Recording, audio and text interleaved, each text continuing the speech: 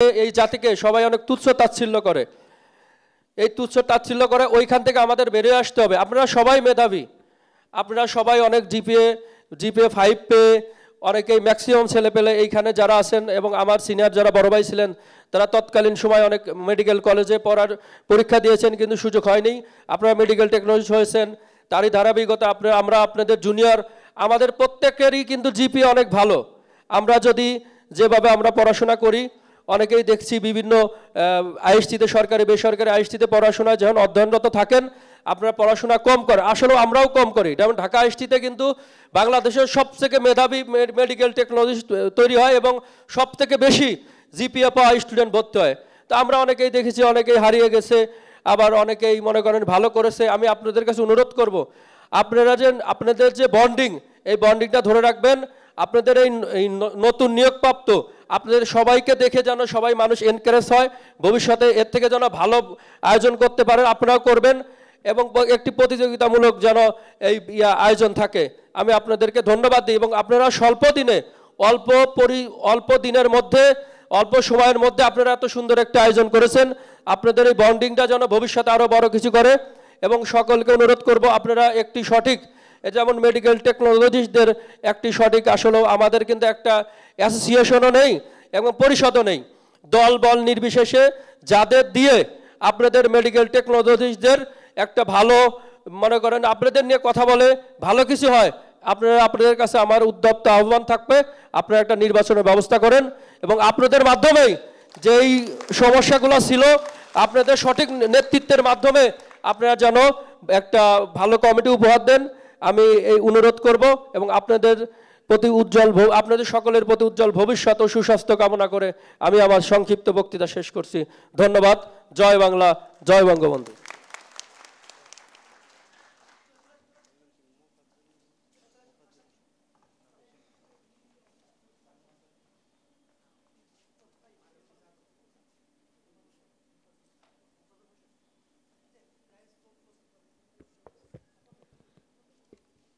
অসংখ্য ধন্যবাদ জনাব সাগর আহমেদ শামীমকে। এ পর্যায়ে সংক্ষিপ্ত বক্তব্য দেওয়ার জন্য আহ্বান জানাচ্ছি Bangladesh medical technology and pharmacy teachers অ্যাসোসিয়েশনের সম্মানিত মহাসচিব জনাব মোফাজ্জল হোসেন স্যারকে। মোফাজ্জল হোসেন স্যার।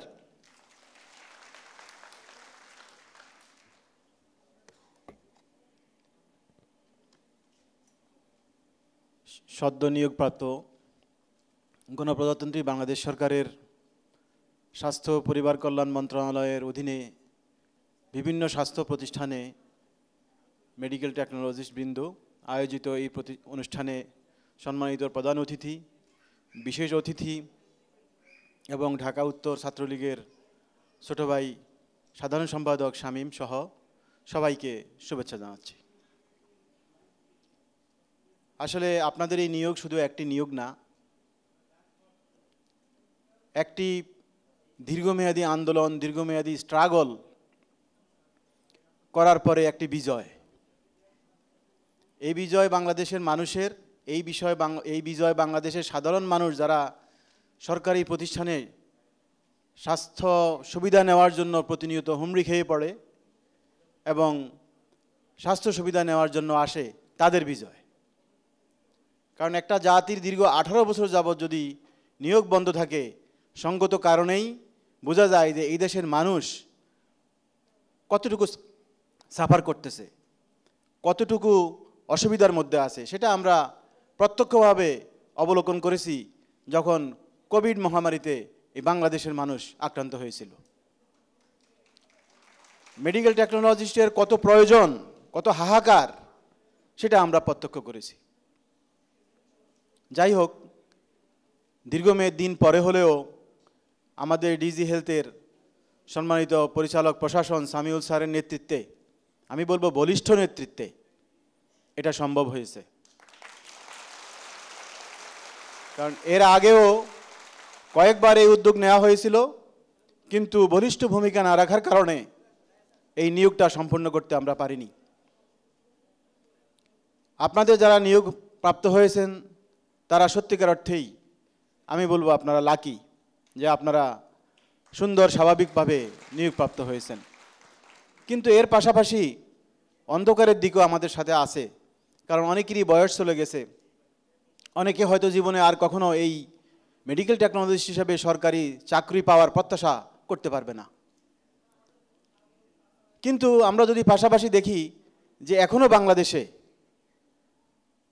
অনেক পোস্ট, উপজেলা, জেলা, নবগঠিত নবনির্মিত মেডিকেল কলেজ, হাসপাতাল সহ অনেকগুলা পোস্ট খালি আছে। কাজে আমরা প্রত্যাশা করব খুব কম সময়ের মধ্যে আরও একটি নিয়োগ হবে, যেখানে আমাদের অনেক টেকনোলজিস্ট আছে যারা সরকারি চাকরিতে মানুষকে সেবা দানের জন্য অধীর আগ্রহে অপেক্ষা করতেছে। তারা সরকারি চাকরির সুবিধা পাবে এবং মানুষকে সেবা দানে আত্মনিয়োগ করবে। আমি আরেকটি কথা বলতে চাই, আমার ছোট ভাই শামীম বলে গেছে যে আসলে মেধার কথা। মেধা is not a big question, বা or merit is not a big question in front of us. আমাদের সামনে মেধা একটা কোনো সমস্যা না। একটা নির্দিষ্ট জাতি নির্দিষ্ট মেধা নিয়ে তাদের পেশায় আত্মনিয়োগ করে। এই মেধাটা তার একান্তই নিজের বিষয়। এটা বিকশিত হয়, পরিপুষ্ট হয় কিভাবে? উচ্চশিক্ষায় শিক্ষা গ্রহণের মাধ্যমে, বিভিন্ন পর্যায়ে প্রশিক্ষণের মাধ্যমে। কিন্তু আমাদের দেশে কি আমাদের সেই উচ্চশিক্ষিত টেকনোলজিদেরকে আমরা কাজে লাগাইতে পারছি? আমরা তো পারছি না। তাহলে আমার এই দিন শেষে এই উচ্চশিক্ষিত মেডিকেল টেকনোলজিস্ট করে আমরা কি পাচ্ছি? হ্যাঁ, পাচ্ছি তারা ডিপ্লোমা যে শিক্ষায় শিক্ষিত হয়েছে সেই শিক্ষার বদৌলতে চাকরি পাওয়া একজন গ্র্যাজুয়েট তার মতো করে ভালো স্বাস্থ্যসেবা দিতে পারছে। বিনিময়ে কিন্তু তারা কিছু পাচ্ছে না, না পাচ্ছে সম্মান, না পাচ্ছে আর্থিক সহযোগিতা বা আর্থিক লাভ, কোনোটাই পাচ্ছে না। সুতরাং এই মেডিকেল টেকনোলজির পদবীর সাথে, পদ পূরণের সাথে আমাদের আরেকটি যে বিষয় গুরুত্বপূর্ণ, সেটা হলো আমাদের দেশে উচ্চশিক্ষায় শিক্ষিত যেসব টেকনোলজিস্ট বাই দিস টাইম বেরিয়ে আসছে তাদেরকে যথাযথ স্থানে নিয়োগ প্রদান করা এবং যথাযথভাবে মূল্যায়ন করা।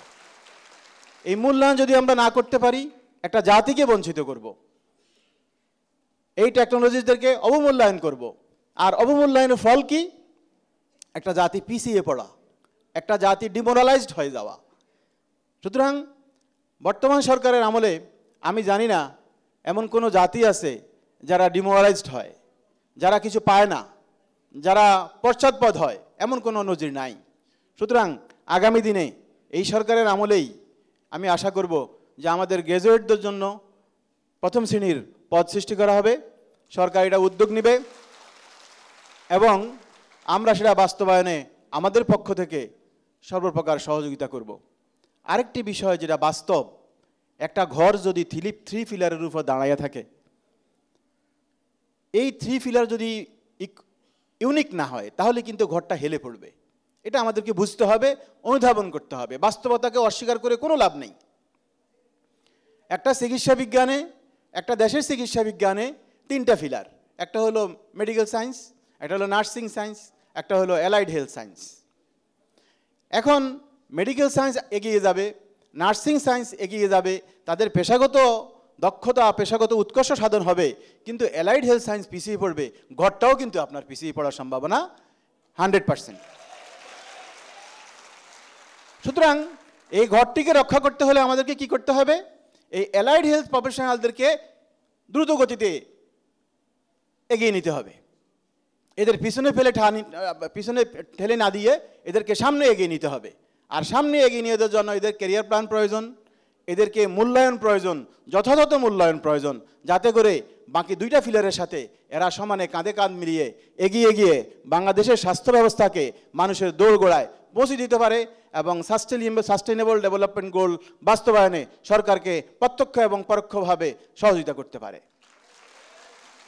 আদারওয়াইজ আমি আজকে এই অনুষ্ঠানে বলে গেলাম, যদি শুধুমাত্র ডক্টর এবং নার্সিংয়ে এগিয়ে যায়, অ্যালাইড হেলথ পিছনে পড়ে যায়, কখনোই আমরা সাস্টেনেবল ডেভেলপমেন্ট গোল বাস্তবায়ন করতে পারবো না। আরেকটি কথা না বললেই নয়, আজকে আমাদের দেশের মেধাবী মেডিকেল টেকনোলজিটা শুধু দেশের গণ্ডির মধ্যে না, বিদেশেও তাদের অবদান রাখতে অধীর অপেক্ষা করতেছে এবং প্রচুর ডিমান্ড আছে। শুধুমাত্র আমাদের কিছু বাস্তবমুখী পদক্ষেপের অভাবে তারা কিন্তু সেটা করতে পারতেছে না। আমি আশা করব সরকারের ঊর্ধ্বতন অফিসারবৃন্দ আমাদের এখানে আছেন, স্বাস্থ্য পরিবার কল্যাণ বিভাগের, সেবা বিভাগের শ্রদ্ধেয় সহকারী সচিব, ওনাদের ব্যাপারে অনেক কিছু করার আছে। আমাদের কিছু বাধা বিঘ্ন আছে, কারণ একসময় মেডিকেল টেকনোলজির সংখ্যা ছিল কম, আজকে কিন্তু কম না। তখনকার একটা ছোট্ট নিয়মের কারণে, যে সমস্ত দেশ WHO-র একটা নিয়মের কারণে যে সমস্ত দেশ তাদের নিজেদের অভাব পূরণ করতে পারে না, তারা যেন বিদেশে না যেতে পারে, এরকম একটা অ্যামেন্ডমেন্ট আছে। এই বাধাগুলো তুলে দিলেই কিন্তু আমাদের টেকনোলজিস্টরা বিদেশে যেতে পারে। আরেকটি হলো লাইসেন্স। আমাদের টেকনোলজিস্টরা সব কিছু করে, কিন্তু লাইসেন্স নাই, তাদের পেশাগত স্বীকৃতি নাই। সুতরাং হেলথ প্রফেশনাল কাউন্সিল গঠন না করা পর্যন্ত এরা কিন্তু বাইরে চাকরি নিতে পারতেছে না। সুতরাং এই হেলথ প্রফেশনাল কাউন্সিল গঠনের জন্য যথারীতি সরকার কিন্তু 2016 সালে নীতি নির্ধারণের ক্ষেত্রে নীতিমালায় অন্তর্ভুক্ত করা হয়েছে যে একটা হেলথ প্রফেশনাল কাউন্সিল করা হবে। আমাদের সর্বদিন জন্টু স্যার এবং আমাদের ইকবাল আরসালান স্যার তারাও কিন্তু একমত যে এটা করা খুবই প্রয়োজন। তাহলে সমস্যাটা কোথায়? সমস্যাটা হলো উদ্যোগ নেওয়ার। আমি আশা করি খুব শীঘ্রই এই ব্যাপারে বাস্তবমুখী পদক্ষেপ নেওয়া হবে এবং হেলথ প্রফেশনাল কাউন্সিল এবং অ্যালাইড হেলথ এডুকেশন বোর্ড বা স্টেট মেডিকেল ফ্যাকাল্টিকে যেভাবে বোর্ডে রূপান্তর করা যায়, এই বাস্তবমুখী পদক্ষেপগুলো নিয়ে মেডিকেল টেকনোলজির প্রফেশনাল যে সমস্ত বাধাবিঘ্ন আছে এগুলো দূর করা হবে এবং আগামী দিনে তারা ওই 3 পিলারের মতো একটা শক্ত পিলার হয়ে দাঁড়াবে, যেটা বাংলাদেশের স্বাস্থ্য ব্যবস্থাকে আরও এগিয়ে নিতে সক্ষম হবে। পরিশেষে আমি আবারও যারা আজকের এত সুন্দর একটা অনুষ্ঠান আয়োজন করেছেন তাদের প্রত্যেককে শুভেচ্ছা জানাই এবং সাধুবাদ জানাই, অভিনন্দন জানাই। আমার বক্তব্য এখানে শেষ